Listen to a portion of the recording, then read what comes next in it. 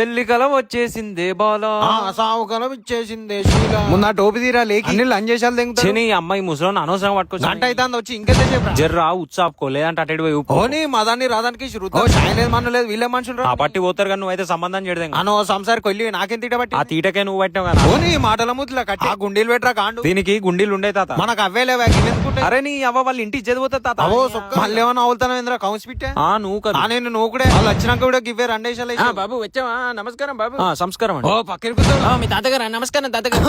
నమస్కారం అండి. అవ్వ యాక్టింగ్. బాబు మీరు మంచిలు తీసుకోండి. తాతగారు మంచిలు తాగుతారా? తాతగారు పొద్దుగానే పొక్కువాలి 90.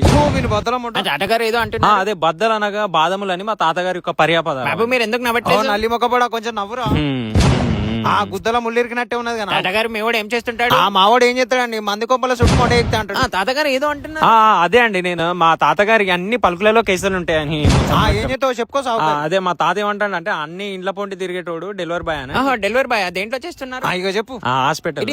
ఓ వీని రెండిత్తురా సుల్లి అన్ని ఇవ్వేనా అంటే అది హోమ్లీ బిజినెస్. ఏమో బాబు నీ అమ్మాయిని తీసుకొస్తా. తీసుకురండి. అట్లనే అమ్మమ్మని కూడా ఓ పట్టుకో. ముసలోడానికి దండ నీ అవ్వ నువ్వు చెడదాం. అయ్యో ఏమన్నా నీకు అమ్మాయి అంటే తప్పలేదు నాకు అమ్మమ్మ అంటే. అరే నువ్వు ఆవుతా నువ్వు తాగింది. అవునా? ఓ దేవుడు.